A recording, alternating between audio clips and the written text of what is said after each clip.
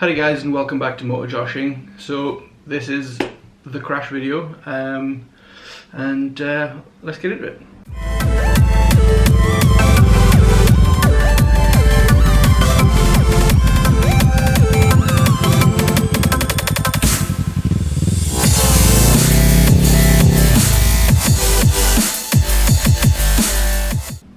So before we get into the video, I just want to kind of balance this out a little. Obviously, crashes are YouTube gold.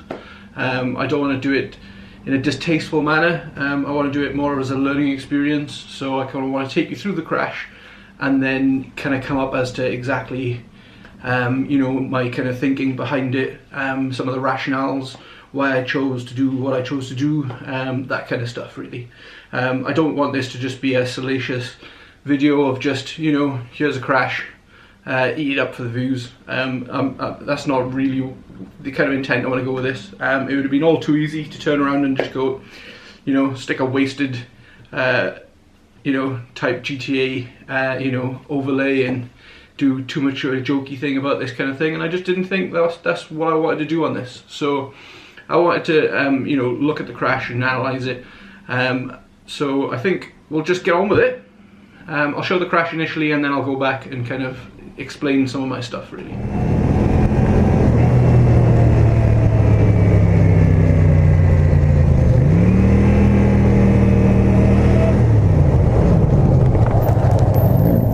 Whoa! You okay?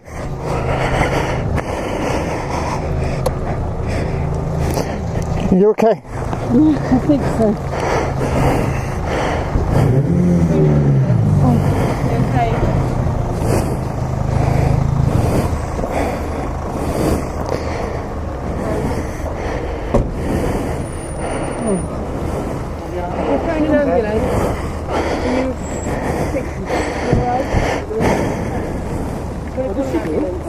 What's it, sorry? What did she do? She walked out in front. I was filtering. Oh, bloody hell.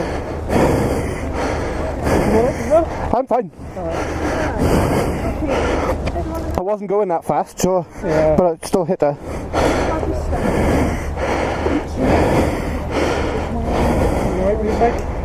Yeah, I'll put it up. I think it's spilling petrol.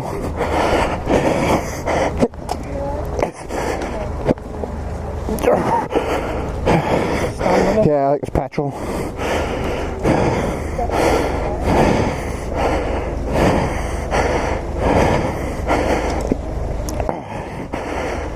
Yeah, I'll push it over to the side here a second. So let's have a look at it objectively, I guess, just to put a bit of background to it. The crash was on a Friday morning. It was a rainy day. The particular area that I was coming into, I knew was, I don't want to say pedestrian rich, but there are normally quite a few people hanging about there. Now, I am aware that this is an area where people do tend to jump out of their cars and that kind of thing, which I'm normally used to, but I wasn't necessarily as prepared as I guess as I could have been for the eventuality of a pedestrian coming from between the cars. But I guess in hindsight, then maybe that's something I should have looked for. And I'm sure going forward and in the future I would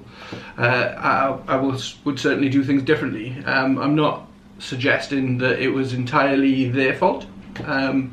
Things could have been done differently myself. You know, and I know people are going to say, well, you just shouldn't have filtered. But and when I say filtered, because I know there's people out there that are going to get the little rule book out, and I know that essentially what I'm doing is overtaking and not filtering. So I am fully aware that it's not the same thing. But I kind of, in my head, I kind of just throw all that out as filtering. It's overtaking. That aside. So before the comments start on that I just shouldn't have moved or shouldn't have gone anywhere, fine, okay, I appreciate that. That's not what happened. You know, I did move forward, but I'll explain why. So I don't think it comes out on the footage particularly well. That further ahead, that, you know, that I could already see that essentially this was 6 or 7 vehicles in a line awaiting, because further ahead was an articulated lorry that had its side open, and there was a forklift pulling stuff out the side. So I knew there was going to be nothing coming in the opposite lane towards me. Now, even with that, I still was cautious, or at least in my mind, I was being cautious as to my speed, even though overtaking. But my intention was to essentially just overtake the 6 or 7 vehicles that were in the line there. Skip to the front, you know, for my own safety, to stop me being rear-ended or anything like that.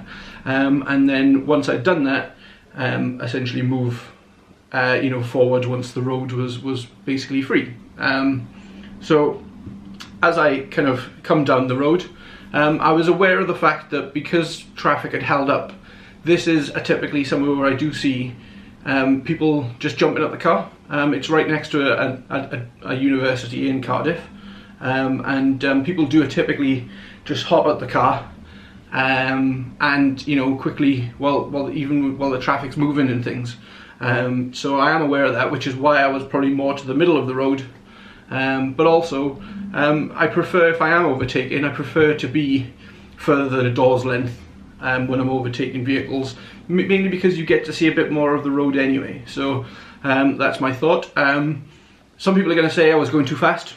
And I definitely don't agree with that. I was definitely, if 15 mile an hour max, for sure. It's worth noting the clocks on the bike at the time were actually in kilometers. So I think even at in parts of the video when you slow it down, you can see the speed, and it was in that 15 mile an hour mark. Further to that, I think the footage looks a lot worse than what it actually is, as well. And I think that could be proven by, you know, the resultant injuries and the damage. So main thing, the lady involved in this accident is perfectly fine. There was a couple of stitches in her elbow where she hit her elbow, and a couple of bruises. Later, after all this kind of happened or whatever, she was back at work by 11 o'clock the same day. The crash happened around about 8 o'clock in the morning. So we're not talking any long-term problems or whatever. Further to that, the lady involved also already admitted that it was her fault. She did this on footage, on camera. I don't need to show any of that stuff. She told that to the police. Everyone involved was told that essentially she just didn't look. She had her hood up. She didn't look both ways across the road at all. She just had an expectation that it was fine to cross, but she didn't look at all. And she admitted that. She even thanked me for not going that fast. And on the speed issue, I genuinely think that if I had another 2 or 3 feet, I would have stopped before hitting her. I think she just took the brunt of the last part of my braking. I think that can be kind of really shown by the fact that if you look back, and I'll show it again in a second, if you look back, I actually hop off the bike. You know, the bike is that slow that I can step off, and I do a little step forward with the momentum, but I don't actually go on the floor at all. I stay on my feet the entire time. And the bike hadn't slid or moved forward, it literally hit and then fell sideways.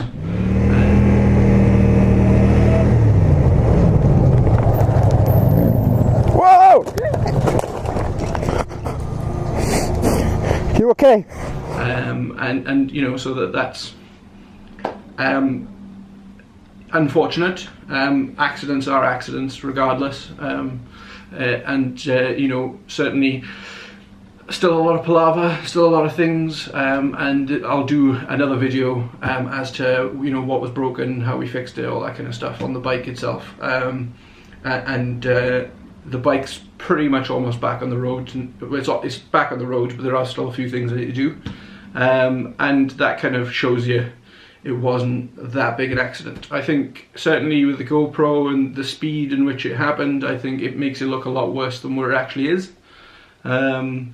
And I think you know, we're both very lucky really that it wasn't anything further. And as far as the learning experience goes, I think it's certainly made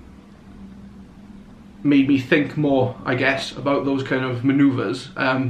However, it's worth noting, in the split second, I think you make these decisions sometimes, you know, and you have to go with that anyway. Nothing I did was wrong. The police were very happy with, you know, how the cause of events. There's no insurance claim on either side. I'm not claiming on my insurance, I'm just paying for the damage itself.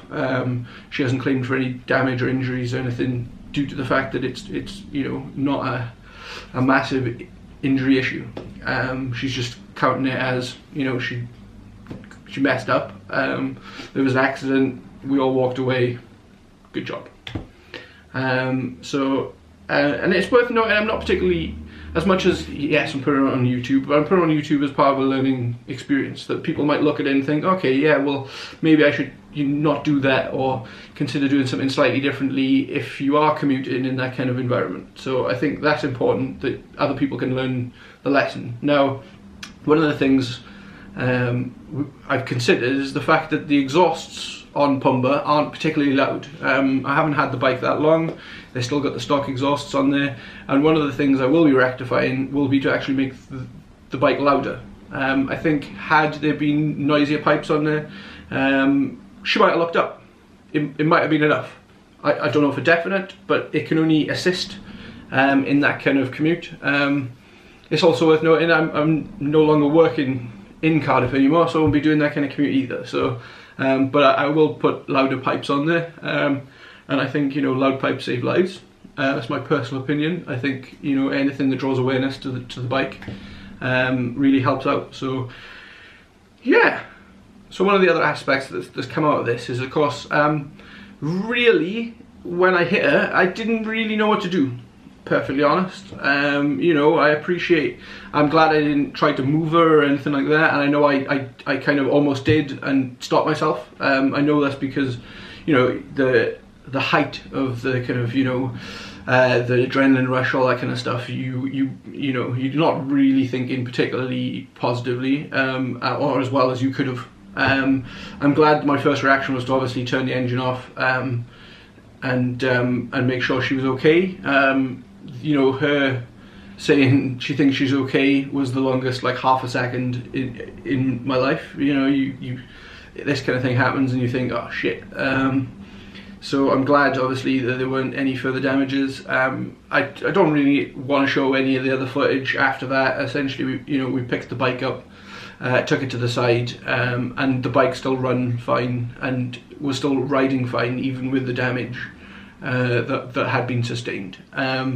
But I'll do another video on the damage and the kind of after stuff or whatever. This is just the initial stuff. One of the certainly the lessons, I guess, as well, is that, you know, I was lucky in that I did get the details. I had witnesses, and I tried to write down as much of that stuff as possible.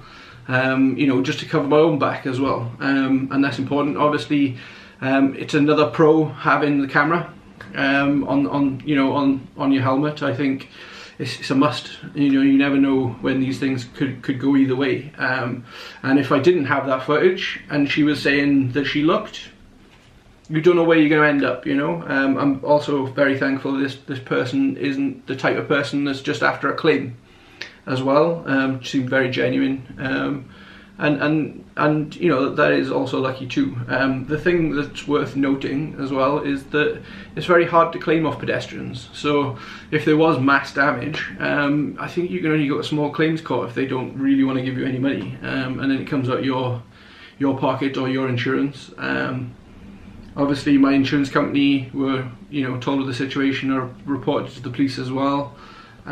Just to make sure that was on file, that had happened, because the police didn't turn up, and I was contacted the day after, actually, by the police to say, you know, we just need some details to make sure everything was above board.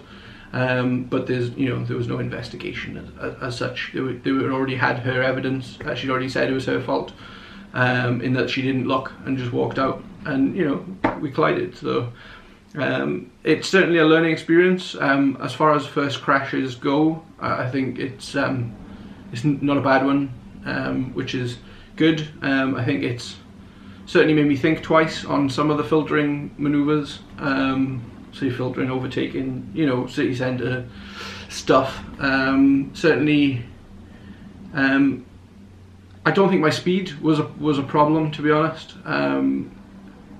So some will always say, of course, if you were going slower, you would have definitely stopped before it. But there was, I think it's less than a second from the time you can actually see it step out to collision, and I was already braking as, you know, as hard as you possibly could in the circumstance. So just a bad accident. So in regards to the incident itself, obviously, because someone was injured, you know, even if it is a small cut on your arm, because it involved another person, the police were obviously called, the ambulance attended, she was taken away in the ambulance to the hospital to get her stitches in her arm, and she was back to work by 11 o'clock. The crash was at 8 o'clock in the morning, so not terrible. Obviously there was an incredibly small police inquiry. Obviously she already told, when, you know, the police asked her what happened, she already said that essentially it was her fault. She just walked out without looking, and that's when it happened, essentially. So you know, no problems on that side. They checked my vehicle information to make sure I was taxed, insured, you know, and I was licensed to ride the bike, all of which of course was perfectly fine. You know, I let my insurance company know that I wasn't claiming, but there was an incident, just so they're aware of it.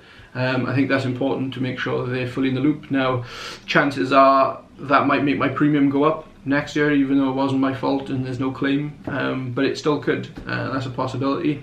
I'm gonna have to live with that one. It's a bit of a bitch, but that's just how that goes. In general, I am actually quite happy the way I reacted to the crash. I wasn't panicking too much. Obviously there was, you know, heavy breathing, helmet, all that kind of stuff. My helmet's already bad for breathing, even when I'm in off bike stuff. The mic is very sensitive, so if I am obviously breathing up my hoop, you know, it's to be expected. I can only apologise for the heavy breathing and stuff, yeah, I'm pretty glad at how I reacted. You know, I stuck around to make sure the person was okay. She actually got taken off into the university, and there was several people making sure she was fine. I didn't have a scratch on me because I'd you know, done my what I'm calling a signature Josh ninja jump. You know, I have protested that I am a ninja for quite a while now. Now I have visual proof, so that's a fact. But yeah, after I did my little hop, you know, there was no damage to me at all. I'm not going to slow down the video and do that kind of thing, because I don't think it really benefits anyone particularly. I think it just makes it a little bit more salacious, and I don't need to amp it up. It is what it is. That's what happened. When you do slow it down though, she essentially kind of hit the side of her leg on the kind of front. I think she hit mostly the indicator, but the front part of the bike. She didn't really hit the wheel, or the wheel didn't really hit her as such. She then leaned in, and even though it's very slow and the accident happens very fast, she pretty much does come straight into my head. So I do, when I say headbutt, you know, we do collide in that manner, but I wouldn't consider it, you know, a headbutt. But obviously, you know, it's still a disorientating hit. It's still going to hurt like a bitch, I imagine. I can't imagine, you know, waking up the next day would have been fun. But I'm glad that obviously there weren't any further, you know, issues or injuries from that. So it's worth noting that I don't think I'm going to show this crash again. I'm not going to put it into any kind of, you know, trailer or anything like that. I think it's a done thing, you know, and I'm moving past that. We're just chalking it up to an experience. I'm hoping that people can learn from the video, even if it is just to take more caution. Especially, I guess, could have been, you know, wet conditions could have played a part. Obviously, have a camera, you know, maybe a louder exhaust. That might help certainly in this kind of position, and really just be, you know, savvy. This possibility could happen, I guess, especially in you know, city centre conditions in this kind of environment. So we're just going to chalk it up to a learning curve, and hopefully there won't be another accident. But only time will tell, and we can only learn from it and try our best to avoid it in the future. So thanks for watching, guys, and I'll catch you on the next one, where I'll probably go into more detail. Probably might not be the next video, might be the video after that, as to fixing the bike and all that kind of stuff, the damage and you know, everything entailed after that, really. I'll probably go into a little bit about, you know, dealing with my insurance company and all that kind of stuff as well. So I'll catch you on the next one, guys. Ta-ta, bye-bye.